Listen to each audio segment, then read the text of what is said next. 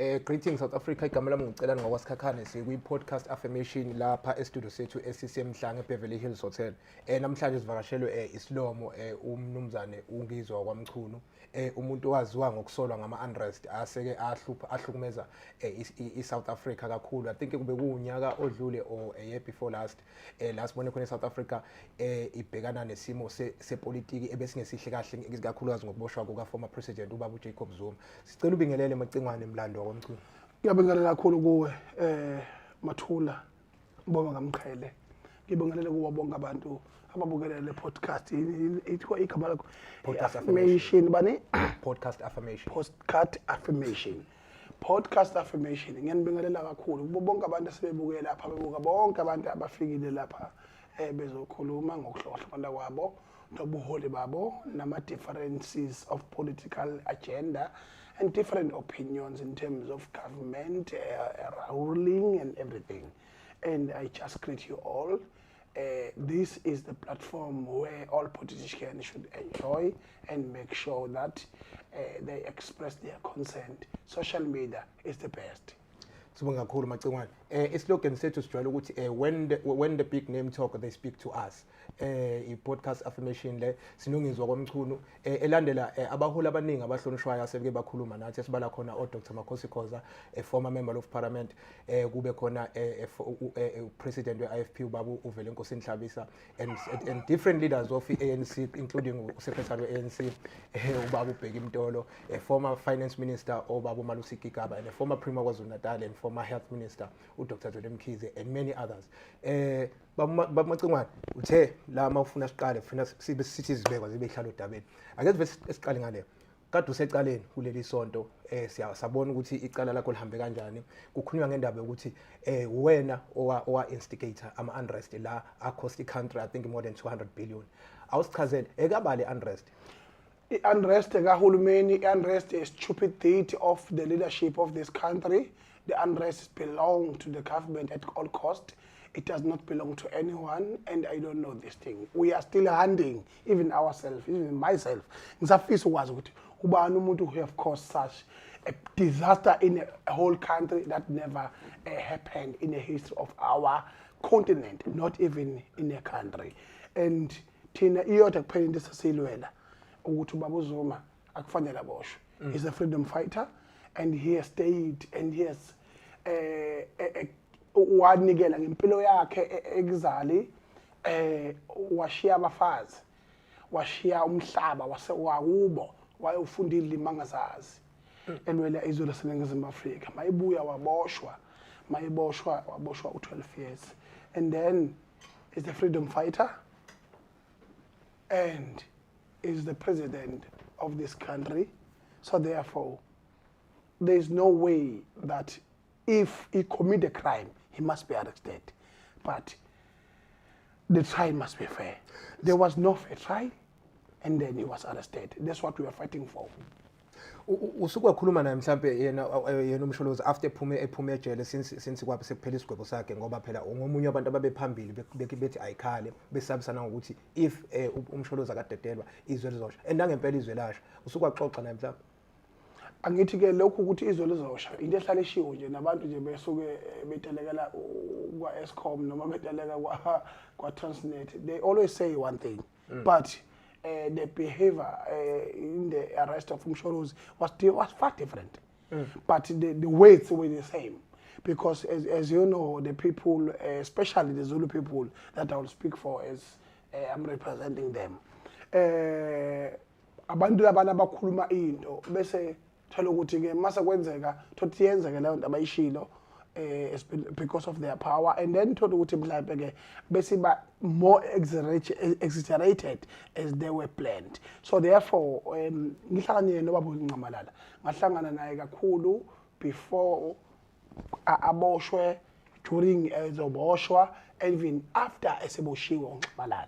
uNcamalala into eyenzekile lapha kutholakala ukuthi impela umchazele ngakho konke nomlando wakhe nakho konke nokuxhumana ngisho nomongameli basemazweni omhlaba okuhlanganisa abanye omongameli ababhekene nezinkinga ezi serious emhlabeni zeziphi njengamanje that I can't mention because I'm the leader.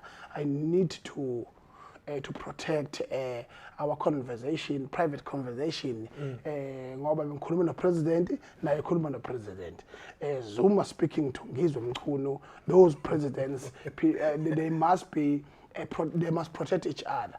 Wangichazela nangomlando wongena kwale ndoda ephethe njengamanje. So ke manje ke into eyenzekile ukuthi ke ukwazile ukuthi abonge support futhi akazange kube exclusive ukuthi ngibonga wena amacingwane cha. There's nothing like that. He's very professional and very legit. So he was thanking everyone who supported him, but he was not thanking the violence. Mcholozi is a very noble person. He can choose to die today. Kunoma kube nodlame South Africa in his name. Kukhona bathi mhlawumbe usetshenziswa uyena umsholozi ukudivide ANC especially uku-attack the sitting president upresident uCyril Ramaphosa ungathini lawo? Cha, ngiyachitha konke lokho amanga alihlaza amangosuthu lawo. Efanele nikwazi ukuthi nina nisho njalo niyangidakelwa.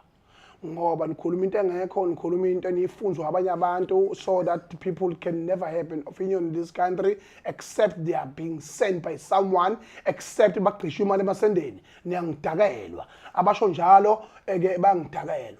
Because we are grooming the next generation to lead and to be legit and to be honest in the entire society. So now, when we create inhlamba entsha, kunenhlamba entsha manje, uyangithi ngithini mfana? Ngithi mina kunenhlamba entsha manje yokuthuka abantu yokuthi, for an example, emndenini makwaphumelela nje uwedwa. Buka manje mina umlando wakho ngiyawazi. Kade ngibuka nje ukhonkotho abanye abantu lapha ukhonkotho izinja lapha eceleni. Nino plus niyakhonkotho nje nikhonkotho into engekho. Umlando wenu ngiyalazi. Ngaze ngamncoma uBlosa ngathi mina uBlosa intatheli yokuqala yakwazi ukushada yakho umuze yenze into ngithi mina yazi ukuthi kuyenzeka ukuthi uma usebenza umsebenzi bese ungena ugcine unake impilo zabanye abantu kodwa yakhe impilo. Ngamncoma. Namanje mina ngithena ukwena mangihlala lapha phansi. Wazothi nemfowethu ngizongimema ngiyokwembesa manje. Ngathi mina bafowethu icela ngosuku sidalelwe ukwakha ibizo baba omkhulu. Imisebenzi namatoho kufanele sikwenze. Nengamanje ke ngikhuluma into eyodwa ngithi mina kunenhlamba entsha. Waphumelela emndenini uthwele. So that you cannot enjoy your success and teach the next generation to the routine ngoba kuthi hayi bafundisa ukuthwala.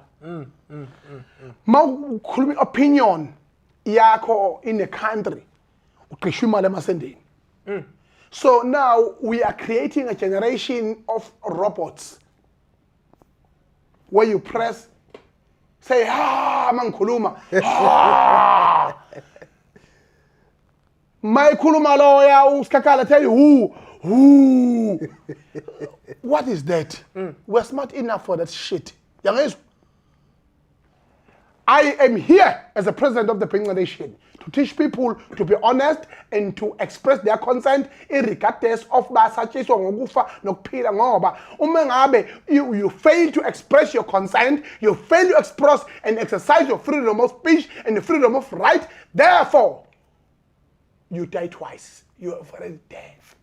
The only death you are waiting for, waiting and waking.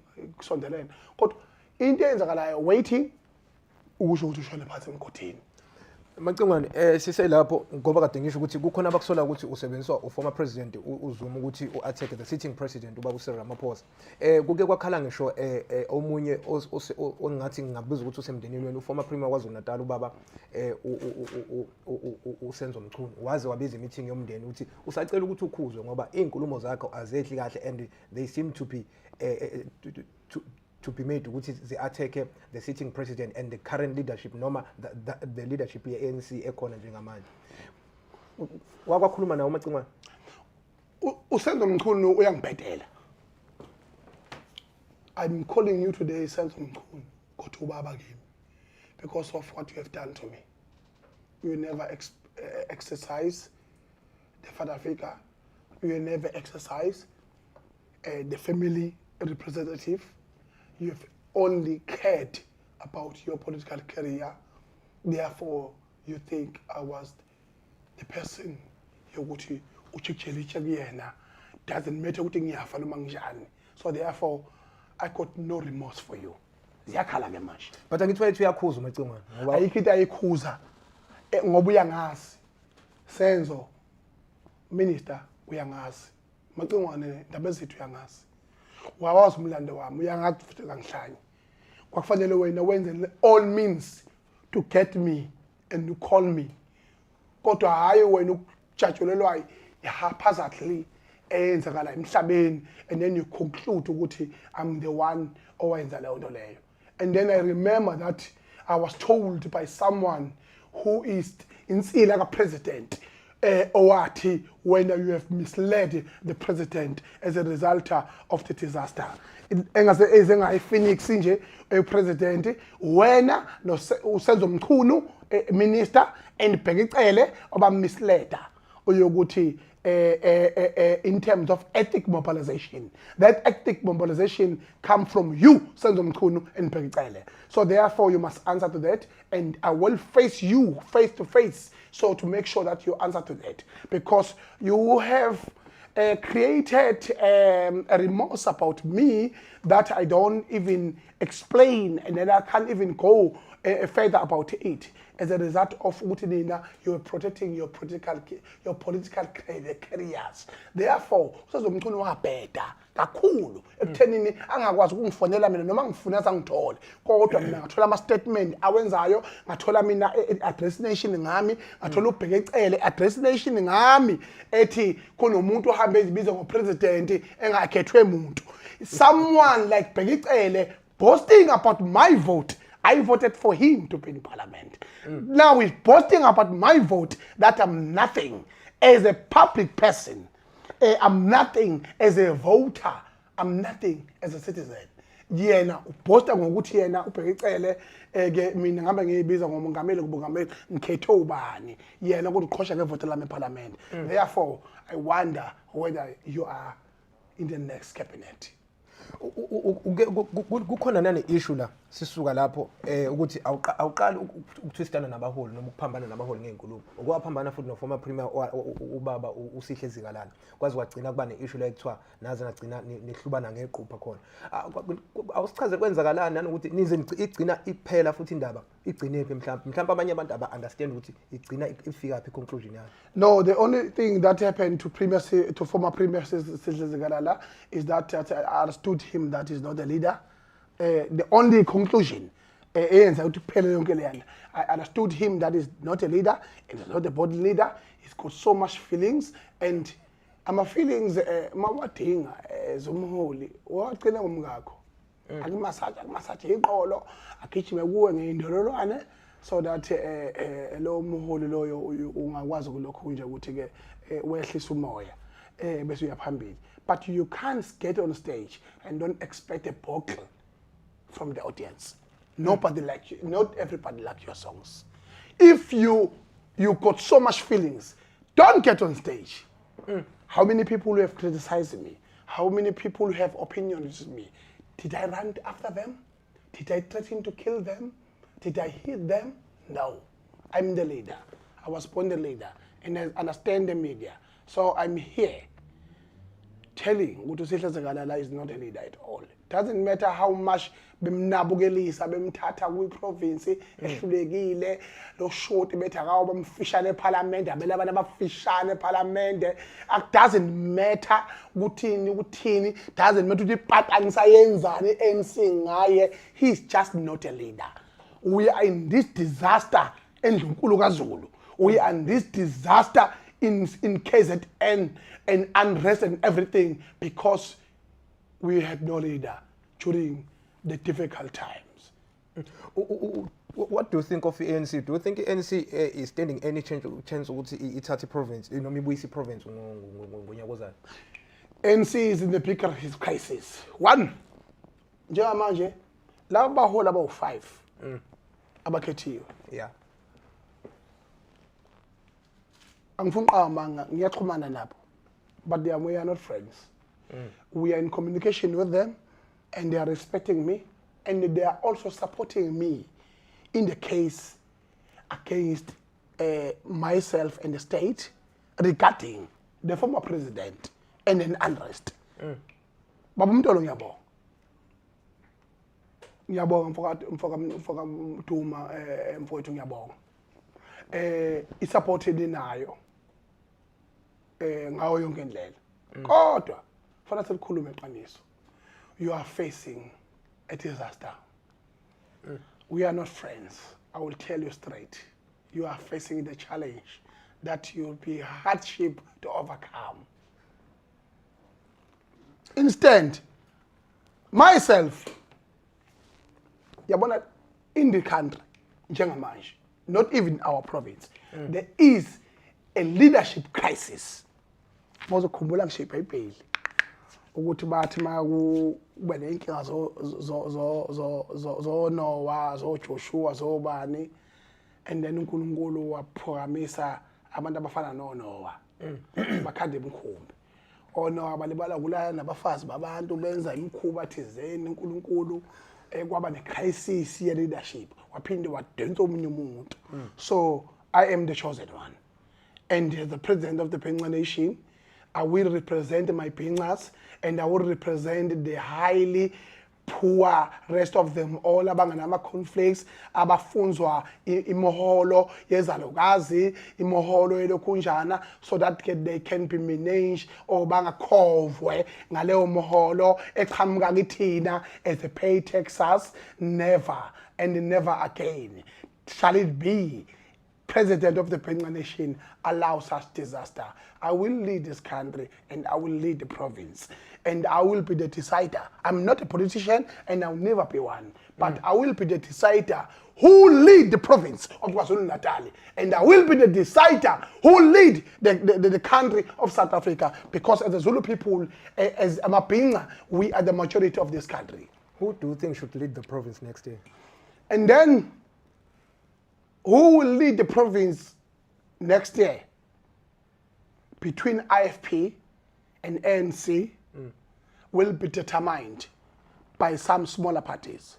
Okay. Because what is happening in Durban right now, nobody have thought about it. Because our ANC members, they think they're smart enough. They never thought about the disaster that they will ask Mavundla to mobilize other people like they play political game like that. Yabon. Namanje EFF just announced ukuthi ba divorce umshado wabo no lokhunjani IFP. And then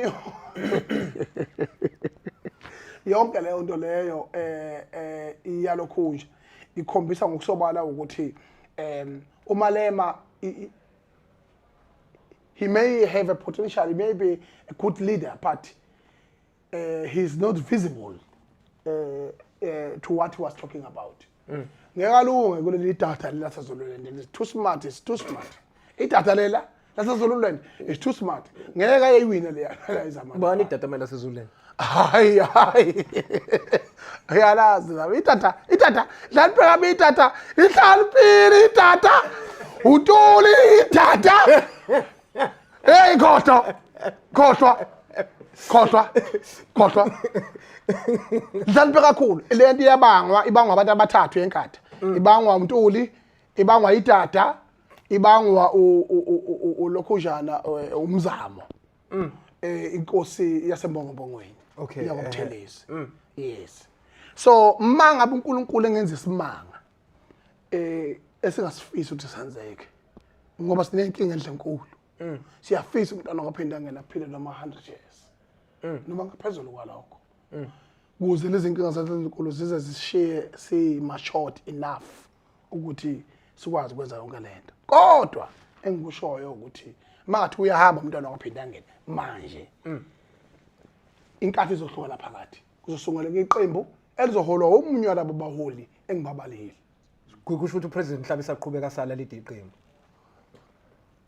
umuntu lo yaqhubeka nenkolo nje athola isikhundla esontweni isimfanele athola isikhundla esontweni Mhlabisa sokuthi mhlawumbe abe umvangeli noma behini ahlale lapho nje. That is not the leader. Mhlabisa was never born a leader and he will never be a leader.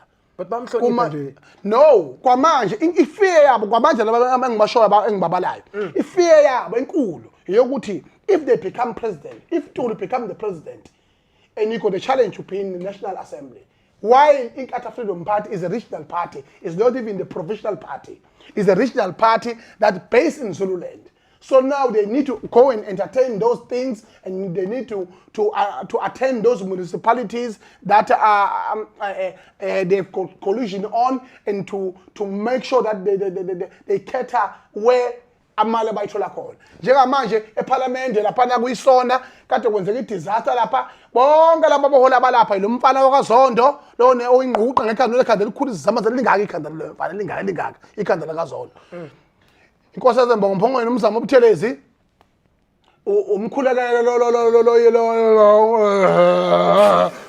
imphongolo le kuthiwa umkhulekelo lo uhlengwa yabona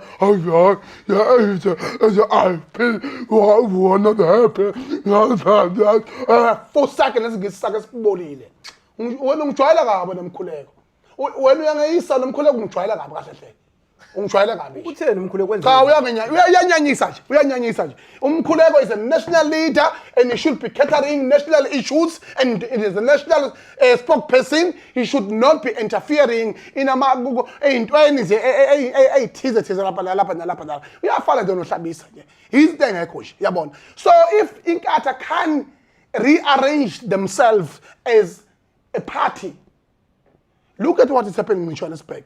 Inkatha is corrupting the Zulu people because they know the secret about the Zulu people. Zulu people are loyal people. They have them here in KwaZulu-Natal, and then they are following them in Gauteng. That's why they cover hostel, cover, so that they can have that relevance. Do you understand? We are using purpose. So now, balandela the loyalty of the Zulu people. And then they also remain, even in KwaZulu-Natal, they remain the regional party. So I don't see them. But the regional party kanjani be official opposition edlula ngisho i-Democratic Alliance bakanje ne-ANC ungasho by regional party. Where they even represented we National Assembly banama members I think are more than 5 I think more, okay close to 10. Okay, no okay, it's fine I agree. Count them next year. How many members? Count them next year. Count them next year how many members will be National Assembly, and then they will never have. They're supposed to have their a conference this year, but they will divorce it because they know that they are divided. And all of them, they are waiting for one thing.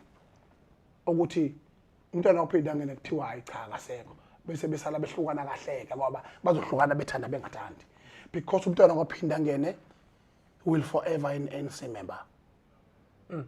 And because Idina is a Zulu man and is a loyal person, doesn't matter ukuthi wakhimize mngaki, kodwa mawuqala nje umemeza emsamo uthi macingwa nesongonyameni. Mangaka amakhosi asemachunwini, mangaka abantu basemachunwini. Macingwa ucabanga le nkulumo zakho ezo divide i-IFP mhlawumbe. Inkulumo zabo zithi ngubani mina? A public opinion can divide an IFP. A public opinion, what position am I holding? Uyangitakelwa.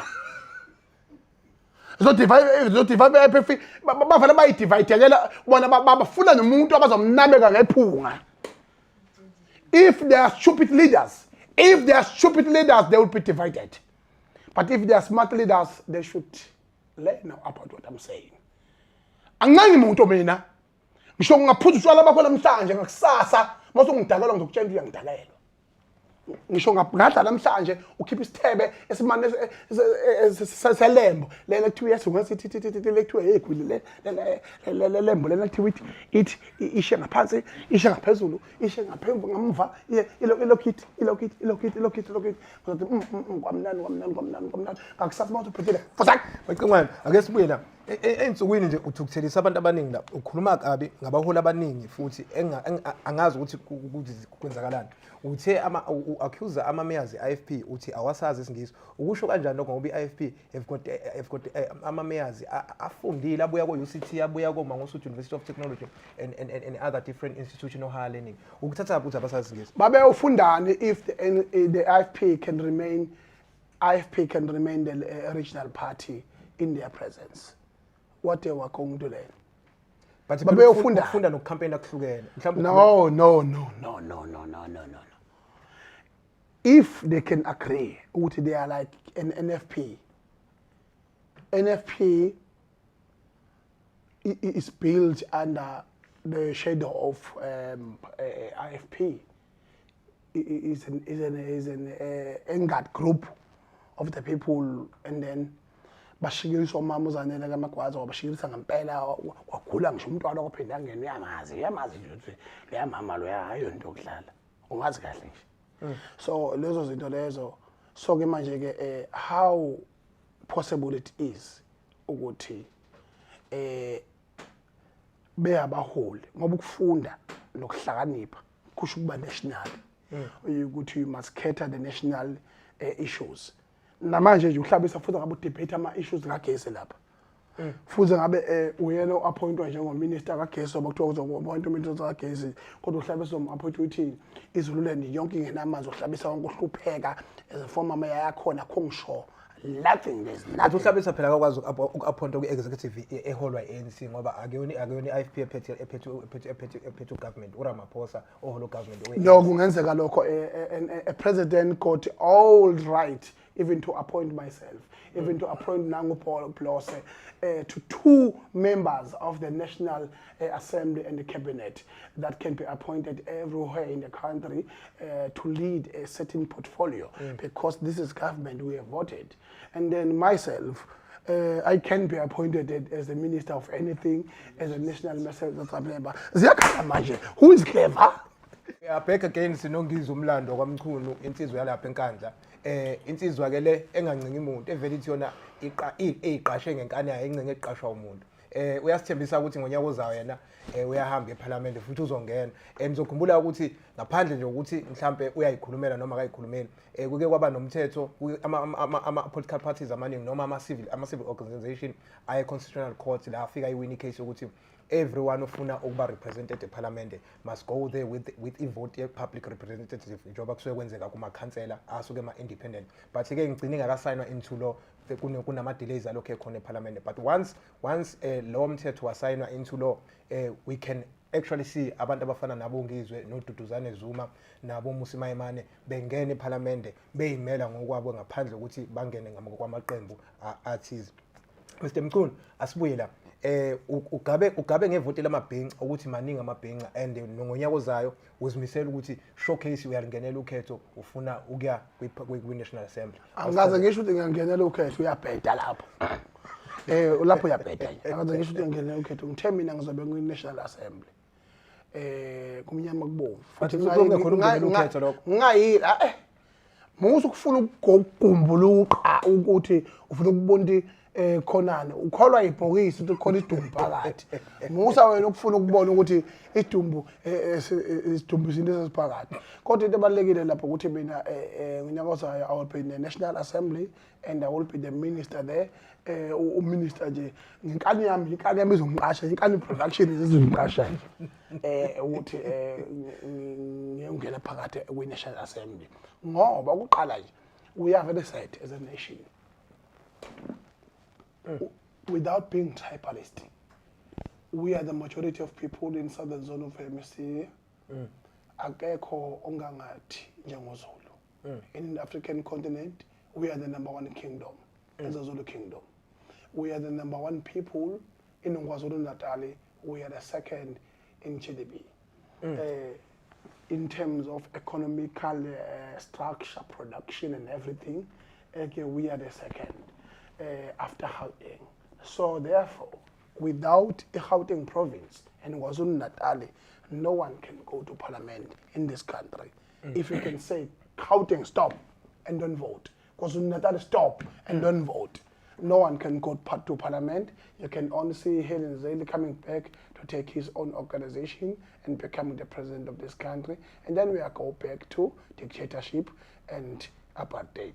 Therefore, as I'm here, as the president of the Bengal nation, I want to tell you and set a record straight that my NC would represent in the biggest organization like NC in an African continent.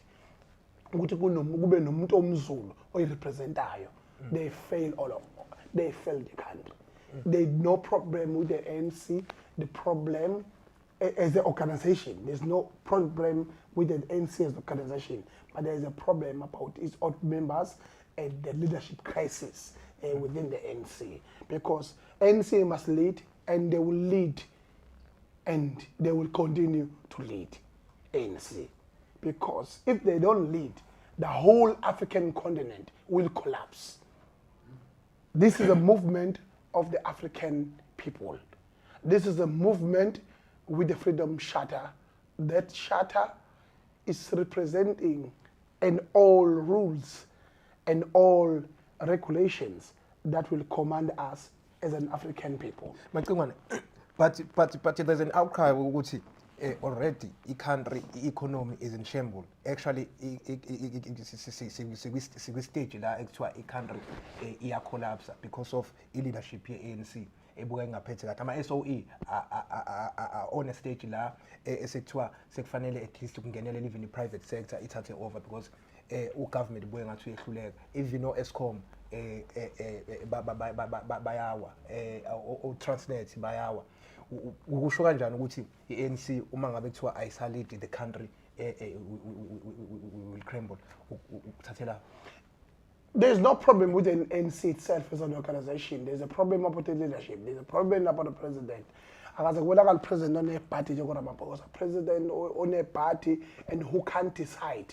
Yabona yikho into engikhumbulayo yayiflop nayo kodwa yenziwa uPresident Zuma a historic that demonstrate when you are in charge what you do. Wavula namhlanje wavuka nje sethi kumele usikigaba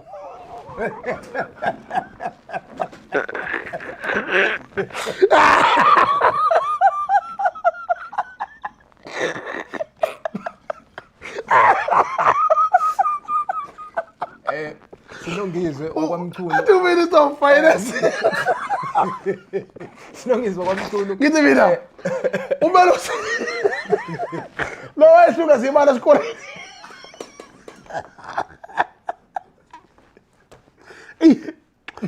Hayi akodwa lelizwe niyahlekisa hayi lelizwe neNigeria ayakumahlala. Ngizwe okwamthunu one of the bravest celebrities abakwazi ukukhuluma bengesabi ngezinto ezithinta ipolitics. That's why I'm invited la because tina we don't invite noma ubani but we invite certain people. Ngiyabonga ukubalule lokho. Good. Machungwane ayisiyeke le ake sibuye la ithini iview yakho ngeEFF nokubuka ka izinto eyenza ngayo izinto kumanje kuma coalition but mawuba una kwi coalition kusasa sikushintshela isikhulumo elinyizwe uthini ngeEFF uthini iview yakho? EFF, those are the ambitious young leaders, very energetic, who speak on what we want to hear as a nation. Well done to Julius Malemba. Well done to the entire leadership of EFF, encouraging everyone to go to school, encouraging anyone to freedom of speech, including myself. Julius, you are my role model. If you were the Zulu man from KwaZulu-Natal, there's no doubt you'll be in the commander of this country. But one day we'll meet and we'll talk. Uyangizwa mfana wami? Well done to what we did in Parliament. But in terms of the national in terms of you kuqukaring, in terms of no, but yabona lento kuquqa wena mfowethu Pasikakhana. It's called a political game. Instead, in the next generation, uvota kokugcina kungabalekile unless kushintshe umthetho. Ngoba ngikwazi ukuvotela uBlose. Ngoba nginyanya uSikhakhane. Ukuthi uSikhakhane ungihlumezile, uyangihlukumeza kanje. Bese uBlose ngamavoti ami without telling me. Bese thi yena uyoshada noSikhakhane ukuze babe seyikhundleni. That is an insult to the voters. That is an insult to the voters. Because that is greedy and that is corruption and that is hunger. So that law must be revisited. Ngoba awukwazi ukuvotela EFF noma inkatha ngoba uzonda ANC bese one of the the organization that you have voted for is getting married with an organization that you was trying to divert from, and then they also lead you. So, okusho ukuthi ipolitiki isho ukuthi masses are stupid people and are people afana nenkomo. Sizinkomo thina nje ezilusiwe nje. Idipho namhlanje inkomo iyahamba yazi kodwa lwesithathu iyahamba nje iyongena ediphini. Iyaphuma ediphini ithi hayi ke uyahlatshwa next week. Yonke leyo nto le isho ukuthi that is very stupid. That is very stupid. But you never see it coming. You never see it coming. They will be the leaders who are like us, who are depending on the masses, who are representing abantu cornflakes, who does not own impuphu abayidlayo, who does not own imthombo nempepho abayishisela ngayo imizisho oyisemkhulu onwabelungu. I am the leader. Asimove la. Sinomuholi la ngiyazi ukuthi umhlonipha kakhulu ubaba uzwakele Mncwango okade hola iqembu iDemocratic Alliance kwaZulu. Uthi ngimhlonipha kakhulu ngaliphi? Mana uthi ngimhlonipha kakhulu uyangifunza. Cha ungifunzelani? Shona nawo mangabe phethe uma ukuthi nje cha hayi ubusizwa nje noma usugqishiwe. Kodwa ke besifisa ukuzwa nje iview yakho nangu usengapha manje kwi-Action SA kaHerman Mashaba uthi ungathini ukuphawula kwakho? No, umzwakele for me is a very powerful politician, a very smart politician. There are azikho ikhundla ngisezwakala nafana ongafaki isifonyo kanti kumele usukhubazekile usaba nokusho ukuthi awusezwakali futhi ngoba la ukuthi lo baba uyathetha uyababa uyathetha ngoba ngoflower nini nikhuliswe kabi yabo ungiyezwakala yeah kufuna ukuzwakala and then ke uzwakele is a very powerful politician, a very smart politician, because if you look at IFP is led to dictatorship and positions are occupied by those who are fortunate and those who are forcefully to their positions. If you look at NC, he did a very good job because abantu abamhlophe they are hungry for abantu abamnyama, and umuntu omnyama mayeza kubona in a form of a leadership. They definitely bazomnikeza isikhundla. Kodwa bebeminyuza yabona. So he was smart about that. Njengamanje basebesungula iqembu labo naMashaba, it's a job well done. Angimsoli ngokuba uyithi ngoba insizwa yakwaNongoma leyana namanje nje ubekela yazi ukuthi ungathula isimanga ukuthi for applause uthole ukuthi uzwakele angaba idecide ngonyaka ozayo. Uthole ukuthi upremier uzwakele Mncwango. Khona njena nje enebathe njena neopete abe nopete nababo premier. Yazi ngani? Uthole ukuthi kudingakala ihlalo mhlawumbe ezu3 noma ezu4. Yena nehlala ezu3. Qhamuka kodwa lapha ukuthi konjani bese ethi cha thathani icabinet yonke nina ANC noma IFP yangithi yabona. Then bese ninginikeza 1 no 2 yangithi yabona. Thola ukuthi upremier nje uyena olawula bona laba abantu abathi balokho njanini yabona. So that is very important to have such kind of leaders who understand us as a province of KwaZulu-Natal, and I wish him all well, and I wish him all well. Uthini ngeDemocratic Alliance nakho ibhekene nenkinga ukuthi ishwa inqaba abahola abaningi abahloniphekile abamnyama especially abafana nabo uzwakele nombali intuli nabanye singababala abaningi ikuphi inkinga mawubuka? Inkinga mayibuka abelungu abasoza basithanda. Nozwakele wayengaye kwi-ADA ngoba ethi abantu balungu basithanda. Umuntu oyengaya ngalo mqondo ngoba udla elimhlophe ngisho elawini umusi mayimani.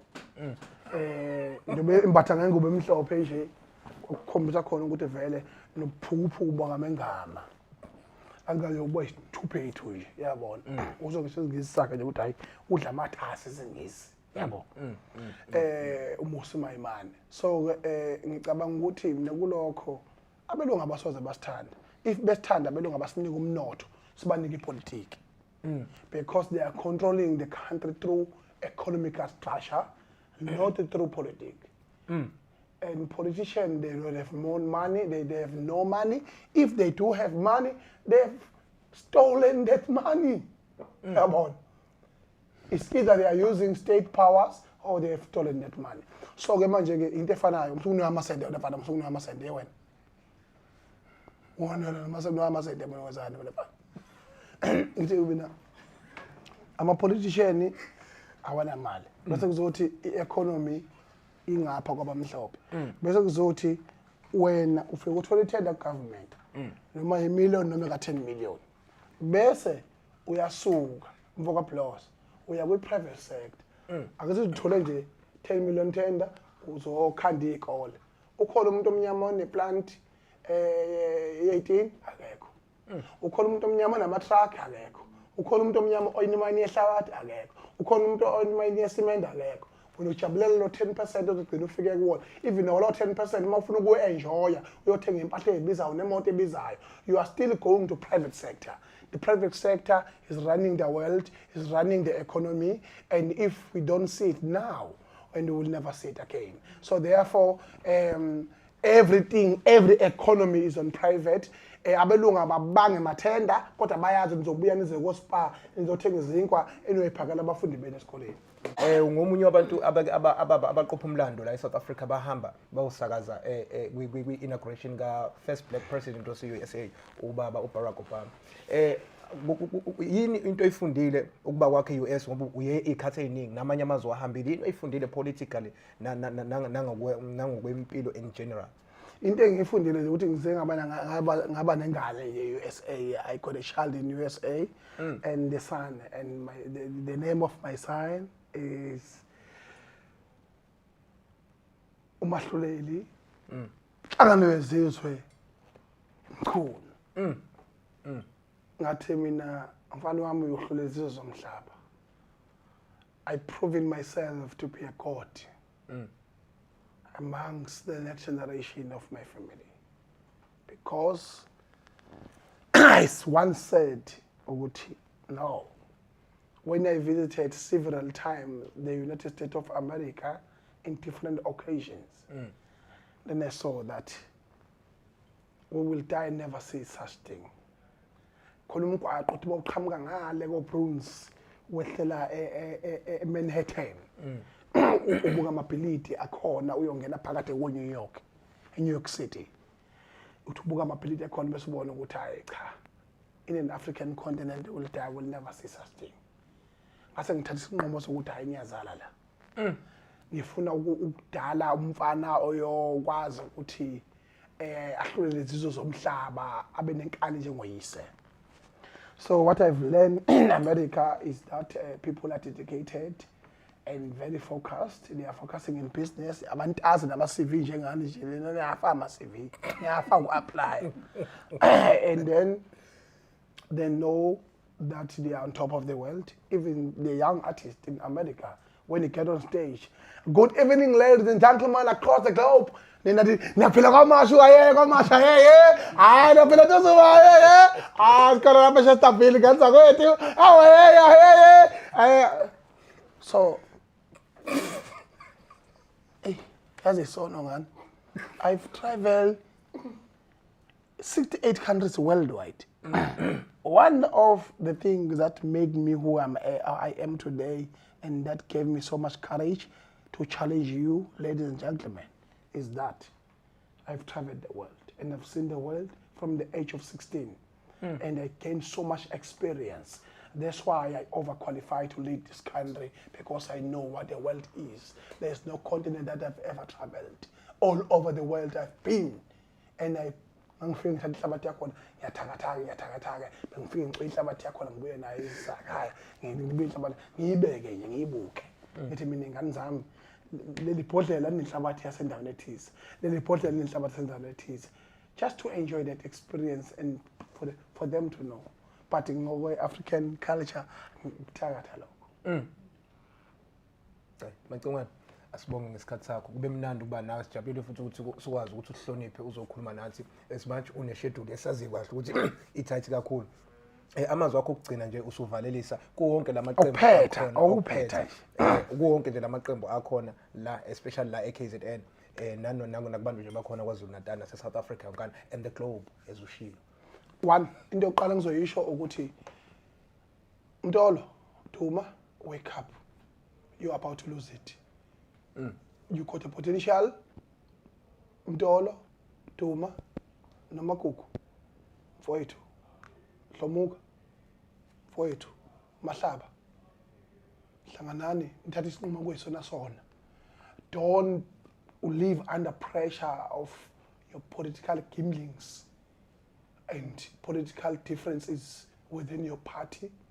Then forget about the messes and forget about the commitments that you have made to the public and to the society, because you will look bad.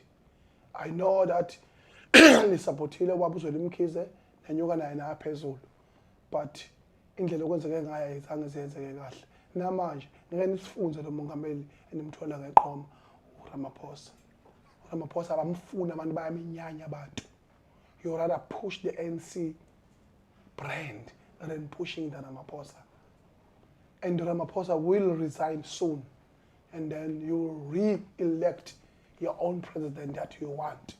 Because if Ramaphosa does not resign, the disaster is coming to the African continent, not in South Africa, not in KwaZulu-Natal.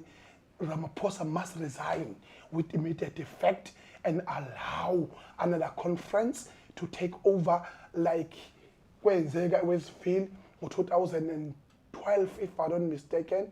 La ubaba Mchunu ebhekene no Willis. Then you re-elect the president of the ANC that will be the face of the party, and not this one of Phala. Bafana bakithi khohlwanish noma singakhuluma ubusuku nemini noma singenzani akuncenwane abafana babukini ngiyeka manje.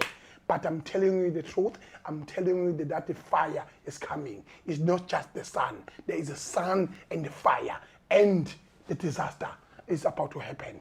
I'm telling you. You, IFP, you have left in the shadow of Umntwana kaPhindangene. Umntwana kaPhindangene done it all. Have mobilized and was Kandeluzulu wethu usufile. Umntwana kaPhindangene wahloniphela uShembe. uShembe wakhanda ubuholi obulink to the Zulu nation. Kwakhula kwaba into enkulu. Umntwana kaPhindangene have done it all. Zincane izici namaphutha wenzile. Kodwa nina njengabaholi beIFP into enikwazi ukuyenza ukuthi nibe more corrupt in the name of umntwana kaPhindangene and IFP kodwa nizenza amaqile ngoba i-disaster ayinayinakiwe. You are more corrupt than ANC. Because corruption yena inakiwe. Ingakho nenza nje. You are on a leadership crisis more than the ANC. Because nina, you are under a shadow of one man. Lento ifana nobukhosi, lento eniyiyo nje IFP nje. Ifana nse nobukhosi, ifana nse nebandla lakwaShembe. Yabo? So, ingcono kabi ANC in terms of leadership. Nobody own ANC. ANC is like SAPC, ESCOM, and other entities. Nobody own them, but they are big. But here IFP was got ukuthi khona ubani umntwana kaPhindangene. When you go to AFF was got ukuthi uMalema. And when Malema can crash in an accident tomorrow, kuphelile nge-EFF. You must be very cautious when you are the leader, especially when you are angry, when you create an organization that is only gonna revolve around your name. So now, IFP got the potential, but as disaster as they are, and splitted as they are, they may not lead the province if umntwana kaPhindangene kungenzeka ahambe emhlabeni. They can have a potential. Maybe they can lead. They can need 1 or 2 seats with balite a province. Uma umntwana kaPhindangene esekhona uNkulunkulu engamkhumbula. Kodwa mayingahamba umntwana kaPhindangene ngoba inhlonipho yabo ilele into eyodwa nje kumntwana kaPhindangene. Then there will be the disaster. Bonke ophumzile bazothi bafuna into yakubo beqhugele into yakubo bethi siqhuga sinjalo. Ngikuqhugele into yakithi lento. Belo bethi yabo. Bela abanye abathi singabaholi bathi ubani wena. Boze bakhifana ngisho langamathe bayalwa phela abantu bakosulu laba bayalwa. Balwe kusukela kelinye iqembu elisha. I-NFP yona. NFP. There is no leadership in the NFP. there is not even a crisis. It's a matter of there is no leadership. They need to reorganize themselves and make them the party using the potential they had. Ukuthi balikukhulu umasipala kodwa bawubambayo namanje lapha yabona lo mama ophethe lana lo phathe bangibonile nje impela exixxibuko lapha lo isekela lika lukhunja uyayuzwa, you are being used, you are a tool, uyisando nje siqonga ukuthi sipikile. Mama wami uNkulunkulu amjabulela ubala ungaze uhlaba ngisho ikomo ekhaya, hayikho into yiyo ngokuza kumavundla kudlalwa la. Asibonge. Hayi, asibonge. Hayi bo.